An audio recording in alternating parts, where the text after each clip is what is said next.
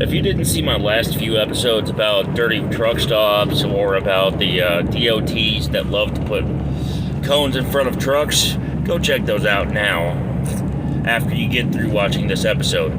But right now, ERCOT versus Phillips Part 2 on TalkZach. Let the lawsuits begin on ZBTV right now.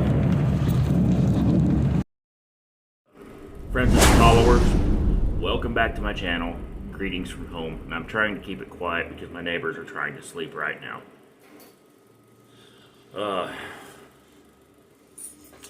I hope y'all are doing well out there. And it's time we take action because the DOT's not doing it. And there's just way too much going on. Seriously, Phillips, when you announce a recall, you need to have a plan of action. And you can't just scramble like that. Because you've had several years to announce this recall. You were still selling new product up until the day before you announced. And in addition to that, a month before you announced, you launched a brand new machine. So, we're letting the lawsuits begin. Because truckers cannot continue their therapy with a recalled machine. But at the same time, the DOT requires them to continue their therapy in order to maintain their 4 hours a night. So, truckers who are on CPAP therapy with the Phillips Stream Station are stuck between a rock and a hard place. And we're scrambling now to get a backup plan, such as a machine from a different manufacturer. We're calling our doctors. We're frustrated with y'all. And we're not the only ones. So, I've contacted the law firm of HRSC, LLP, and I'll put some information down in the description below, because there's a class action lawsuit going on, and I need every trucker in America who is on this therapy device, the Phillips Stream Station, the Phillips System 1, and related devices, to join this lawsuit, as well as to get a backup plan in order to get this problem solved. So let's talk about it right now.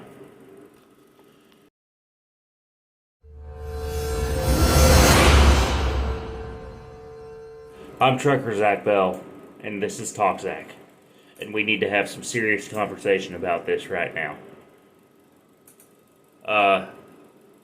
This foam gate issue. You see, Phillips is just the latest scapegoat when it comes to things like planned obsolescence. And by Phillips, by the way, I'm not referring to the fuel distributor, and I'm not referring to the air brake line manufacturer. I'm referring to the consumer electronics company that also makes shavers and other products that are used for health, safety, and beauty reasons. That Phillips. You know, the one that makes the boom boxes, the MP3 players, the headsets, and the CPAP machines. Okay. So let's get started and tell you what I'm doing about this problem. And get you a plan of action so that if you have one of these affected devices, you can continue your CPAP therapy while you're waiting on them to continue dragging their feet. So, the first thing is keep track of your what the problem is. Phillips recalled the DreamStation and System 1 CPAP devices, as well as the DreamStation Go, their new travel CPAP, because it has foam that breaks down. And while the DreamStation 2 is not affected by the recall because it uses a different type of foam material, it's already exhibiting the same problem as the DreamStation 1.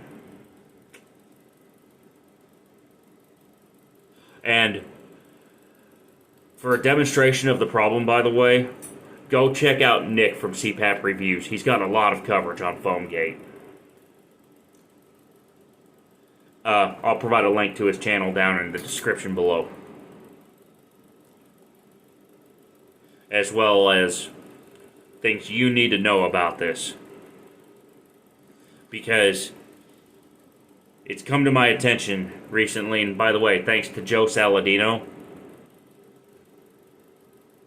for bringing this up, but there's a class action lawsuit against Phillips right now, and I am joining that today. I'm giving the lawyer a call because Phillips' inaction on this issue that should have been fixed years ago is resulting in impacts to drivers' abilities to do their job. If Phillips had simply addressed the problem, we wouldn't be talking about this right now. And we're talking about addressing a problem more than a few years ago, because it takes over a year to come up with this new material that they came out with. And that leads me to a problem that's affecting the trucking industry as a whole. Not just with CPAP machines, but also with trucks and with electronic logging devices. That problem is called planned obsolescence, where you make a product and then force the user to throw it away when it breaks down. You see, the durable medical equipment industry gets this, but the insurance industry that they're in bed with doesn't. The insurance industry says your CPAP machine should last you 5 years. But in the trucking environment, that's impossible. Because you got the shock, you got the vibration, you got the heat, you got the humidity, and that causes the machine to break down a lot faster than the replacement guidelines allow. And in addition to that, other than trading in, there's no responsible way to make this equipment last longer or to deal with it at the end of its service life currently. And there are some exceptions to this. I'll get to those at the end of the video. But planned obsolescence doesn't just affect CPAP machines and CPAP vendors. It's also affecting the truck makers as a whole. Okay? There's been a term coined by the old school truckers and those people who follow my channel, as well as some of the channels that I follow. What they call it is throwaway trucks. That is trucks that only last about 500,000 miles, and then when stuff starts breaking, you have to replace the whole dadgum thing. Here's another example. Mobile phones.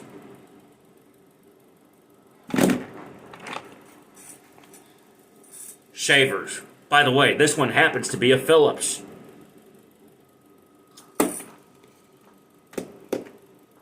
And that's just to name a few products that have this built in.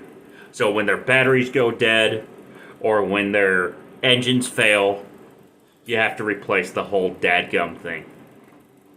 So with Foamgate, that means that when the foam breaks down, you have to replace the whole dadgum machine. instead of just the part?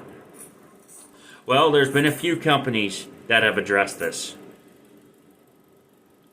Believe it or not.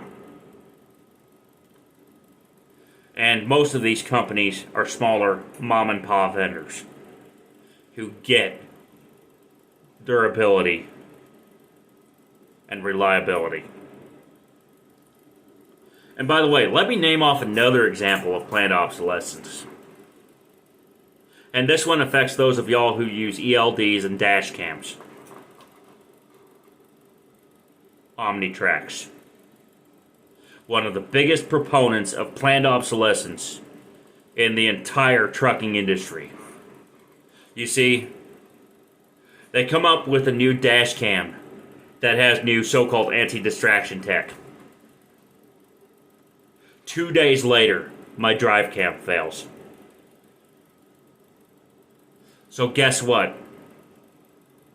When they have my boss replace the drive cam, you see what's going to happen is, now as all these older drive cams fail, ones that are more than a year old,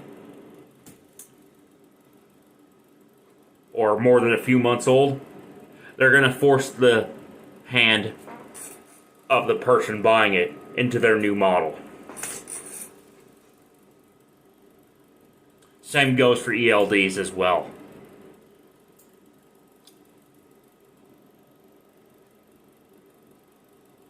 By saying that we don't make a replacement part for that. Replacement connectors aren't available. Or in the case of the Phillips DreamStation, replacement foam is not available, as we have to make you a whole new housing instead of just replacing the affected part. And that leads me into another issue called right to repair. You see, users of devices like the shaver, for example, need to have the same level and same abilities as the professionals. There should be repair shops all over the place for this kind of stuff. But there isn't. And for good reason. Manufacturers don't want you repairing your own products. They want you to send it to them, and then they want to send you a bill for a ridiculous sum of money that's sometimes more than the cost of the product that could be purchased to replace it. And that's where I have concerns. Apple does this. Tesla does this. That's just a couple of examples. And I know for certain that Freightliner is now starting to do this as well. As when let's say, I mentioned before, when your engine goes.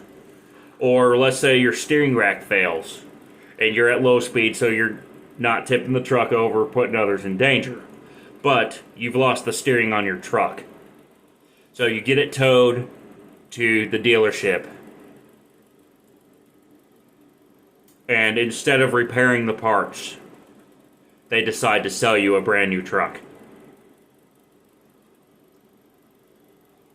That, my friends, is planned obsolescence. And that is what concerns me with this Phillips recall.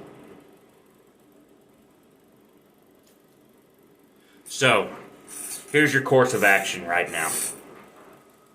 Number 1, get involved with the lawsuit. Number 2, check your device for the recall. Links will be provided down in the description below for both. And lastly, remember back in the day when truckers had to carry tools and spare parts? This is the time when we bring that tactic back. Start carrying tools, spare parts, and if you're a CPAP user, a spare CPAP machine on your truck. So that way, if stuff breaks down, that you have a backup plan until you can get your part or product fixed. And I know of a good place for you to buy that spare CPAP machine. After you talk with your doctor, and after you contact your insurance, etc., about what they're going to do, go on to CPAP.com. They're based in Houston, Texas. And all they do is sell CPAP machines that you pay cash for. And they're able to offer you discounts and offer you machines that your DME or your medical equipment supplier currently may not offer you. You can get an identical spare to what you have now, or you can buy a completely different spare.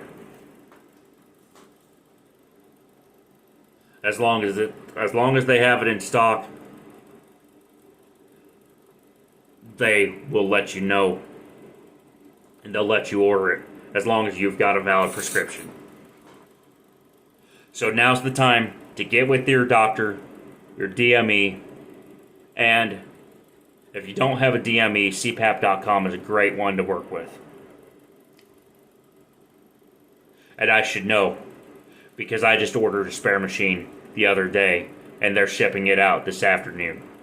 Once they validate my prescription, and once they validate what kind of machine I can get, as well as what they have in stock.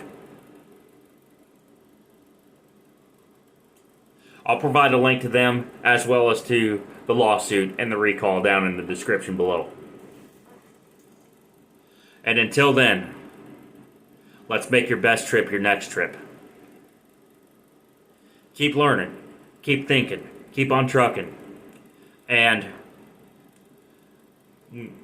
have a spare and have a plan in case your stuff breaks down. Bye for now, and I'll talk about planned obsolescence more as this whole saga continues. Because it's not just affecting CPAP therapy or medical devices, but it's also affecting trucking as a whole.